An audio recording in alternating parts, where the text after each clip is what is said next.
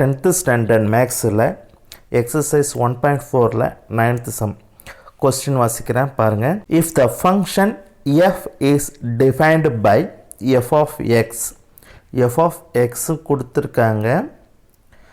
அதுக்கு ஒரு 3 conditions x plus 2ன்னு எக்ஸுன்னு எக்ஸ் மைனஸ் 1ன்னு எக்ஸ் ப்ளஸ் 2 வந்து எப்போ வரும் ஒர்க் ஆகும் அப்படின்னு சொன்னால் எக்ஸோட வேல்யூ வந்து 1 விட பெருசாக இருக்கும்பொழுது எக்ஸோட வேல்யூ வந்து 1 விட பெருசாக இருக்கும்பொழுது 2 அப்படின்னு சொல்லிட்டு ஆன்சர் வரும். அது எப்படின்னாக்கும் எக்ஸோட வேல்யூ வந்து -1க்கும் நடுவில் வரணும். எக்ஸ் மைனஸ் 1ன்னு ஒரு கண்டிஷன் இருக்குது. அது எப்போனாக்கா -3க்கும் நடுவில். ஆக்சுவலாக இதுக்கு சம் போடுறதுக்கு முன்னாடி நம்ம இதை எழுதிக்கலாம். சரி, ஃபைண்டு நமக்கு என்ன சொல்லியிருக்காங்க, ஒரு 4 கண்டிஷன்ஸ் கொடுத்துருக்காங்க. இந்த 4 கண்டிஷன்ஸ் போடுறதுக்கு முன்னாடி நான் இங்கே எழுதிக்கிறேன். ஓகேங்களா? ஃபஸ்ட்டு கண்டிஷனில் 1 விட அதிகமாக அப்போ 1 விட அதிகமானாக்கா 2 3 4 5 எக்ஸட்ரா. ஓகேங்களா?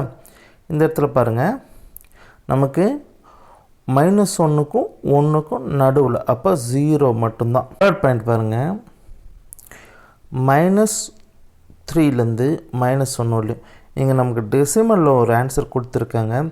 அதனால் -2.9ல் இருந்து நம்மளை அப்படியே டாட் வந்து நமக்கு என்ன வந்திருக்கணும், -1.1 வரலையும் வந்திருக்கணும்.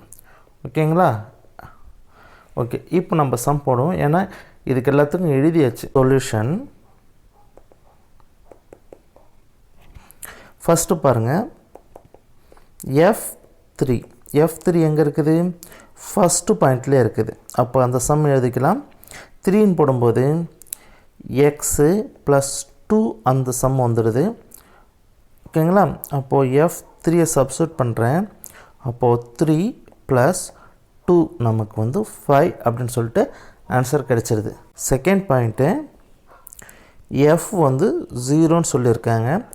0ன்னு சொல்லியிருந்தால் இது ஆன்சரே வந்து அப்படியே ஸ்ட்ரைட்டாகவே கொடுத்துருக்காங்க 2 அப்படின்னு சொல்லிட்டு. 0க்கு 2 மட்டும்தான். தேர்ட் சம் பாருங்கள், எஃப் -1.5 -1.5 எங்கே வந்திருக்குது, இந்த இடத்துல வந்திருக்கு, தெரியுதுங்களா? அப்போது கண்டிஷன் என்னது, எக்ஸு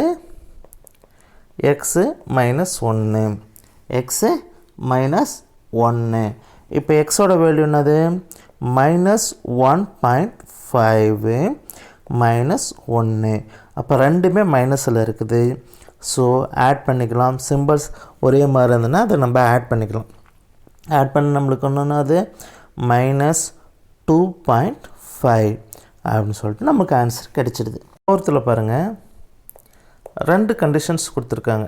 எஃப் வந்து 2ன்னும் ப்ளஸ்ஸு எஃப் வந்து -2ன்னும் கொடுத்துருக்காங்க. அப்போ 2க்கு ஒரு கண்டிஷனு, -2க்கு ஒரு கண்டிஷன்.